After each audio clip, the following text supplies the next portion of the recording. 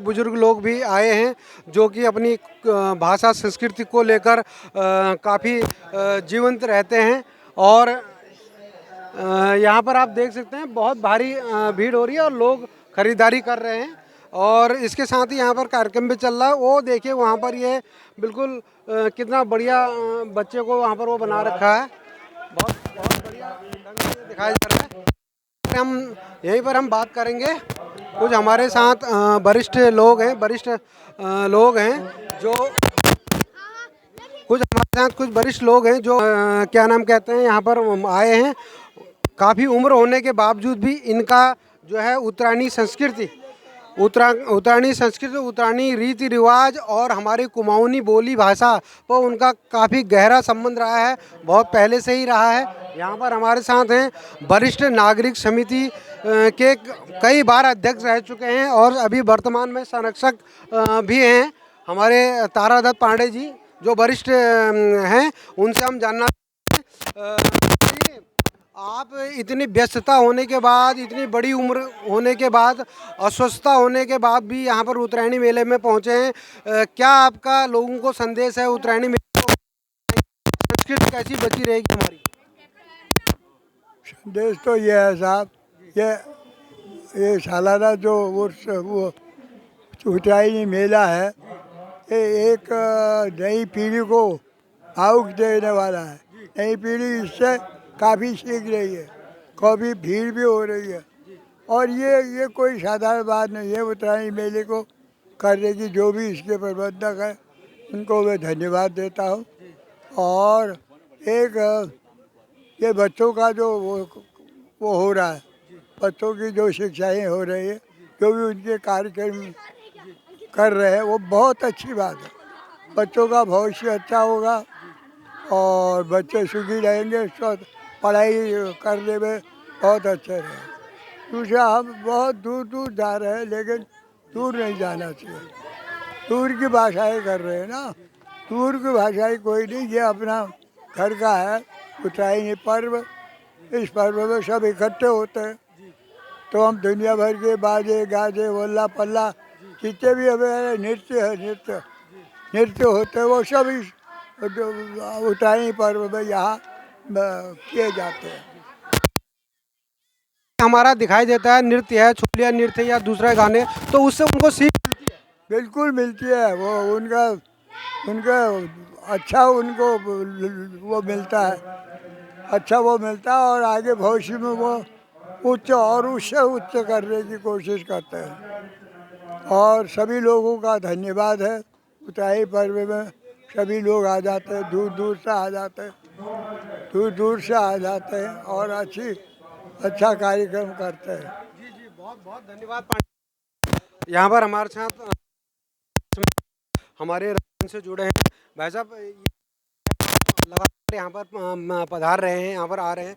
कैसा है इन बच्चों को हमारा कल्चर कैसे उनको दिख रहा है, कैसा उनको इसको आत्मसात करना चाहिए? ये जो कल्चर है हमारा उत्तरायणी मेले में, जो 41 साल से हम यहाँ पर शुरुआत दे रहे हैं, 82 में से शुरुआत हुई थी। और ये बच्चों को यहाँ की संस्कृति भाषा बोलनी ज़रूरी है। अगर भाषा नहीं, कुमाऊँ की पहचान नहीं हो सकती। दूसरा, यहाँ के जितने वाद्य यंत्र हैं यहाँ पर दिखाए जाते हैं, कई बार नाटक दिखाए जाते हैं और कई बार गेम भी होते हैं बच्चों के। और उसमें ये फ़ायदा है कि हमारी संस्कृति आने वाली पीढ़ी तक चलती रहे, पीढ़ी दर पीढ़ी चलती रहे। हमारा प्रयास है, मंच का प्रयास है कि हम इसको आगे बढ़ाते रहें। इसको बढ़ाते हुए आज हम 41वें वर्ष में प्रयोग, गर्व की बात है। यहाँ की जनता को आना चाहिए। मैं संदेश देना चाहूँगा कि अपनी संस्कृति, जो समाज भूल जाता है वो संस्कृति नष्ट हो जाती है। इसलिए हमें इसमें बचाने के लिए लगातार प्रयास करने होंगे और हम आगे बढ़ते रहेंगे। ये मेरी शुभकामना। बहुत बहुत धन्यवाद। हमारे साथ यहाँ पर हैं हमारे आंदोलनकारी रहे खड़ग सिंह जी। यहाँ पर हमारे बगड़वाल साहब हमारे बैठे हैं। आप लंबे समय से उत्तराखंड के आंदोलन से भी जुड़े रहे हैं और अपनी संस्कृति से जुड़े रहे हैं, तो इस संस्कृति को बनाए रखने के लिए, नई पीढ़ी को जो है आगे बढ़ाने के लिए जो प्रयास है, कैसा प्रयास है? और ऐसा है, हमारी जो संस्कृति है इसको बढ़ाने के लिए जो हमारे बच्चे हैं उनको हम लोग, जो हमारे पहाड़ के साइलेंट लोग हैं, उन लोगों ने उनको जो है प्रेरित करना चाहिए। और जब से ये पर्वतीय सांस्कृतिक उत्थान मंच का गठन हुआ 1982 में, तब से हल्द्वानी में हर साल ये पर्वतीय सांस्कृतिक उत्थान मंच में पहाड़ी बोली भाषा में यहाँ छोटे छोटे कलाकार, बड़े बड़े कलाकार यहाँ आते हैं, अपना आयोजन यहाँ जो है अपना प्रोग्राम प्रस्तुत करते हैं।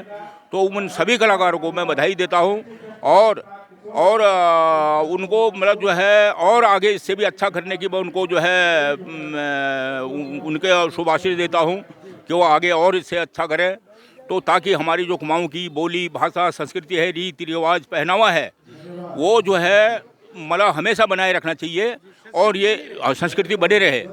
और इसके साथ ही मैं यहाँ के जो हमारे बुजुर्ग समाज के माताएं बहनें जो नौजवान हैं और उन सभी को मैं ये उनसे अनुरोध करता हूँ कि अपने बच्चों को पहाड़ी बोलना, पहाड़ी में संस्कृति को आगे बढ़ाने के लिए उनको सिखाएं, उनको जो है प्रेरणा दें उनको। और इन्हीं शब्दों के साथ मैं पर्वतीय सांस्कृतिक उत्थान मंच के सभी कार्यकर्ताओं को तथा इससे जुड़े हुए सारी जनता को मैं आशीर्वाद देता हूं या उनको मैं बधाई देता हूं कि ये आगे भी इसी तरह हमेशा सतत मतलब प्रयास करते रहने चाहिए और ताकि हमारी बोली भाषा संस्कृति जो है जीवित रहे। पाठक जी हमारे सेवानिवृत्त हैं और जो है इस संस्कृति से लंबे समय तक जुड़े रहे हैं और लगातार यहाँ पर आते हैं, उम्र अधिक होने के बावजूद भी।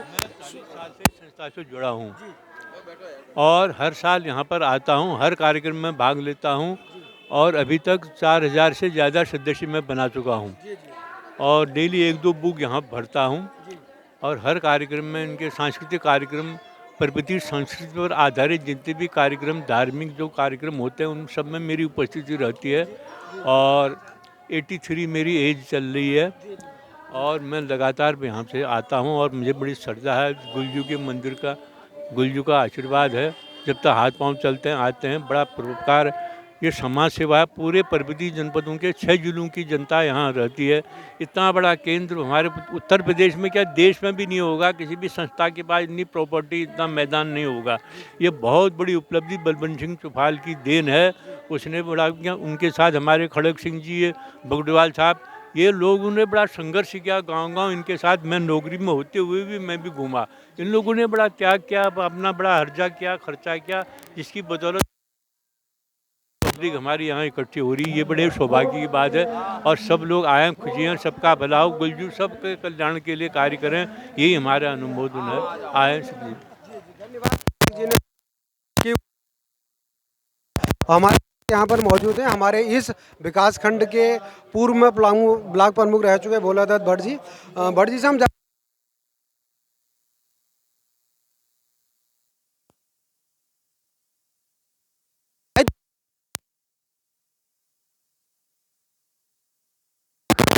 देखिए, यहाँ पर एक पर्वतीय सांस्कृतिक उत्थान मंच का गठन सन 1982 में हुआ था और उसका नेतृत्व इसके संस्थापक अध्यक्ष श्री बलवंत सिंह चौफाल जी द्वारा किया गया था।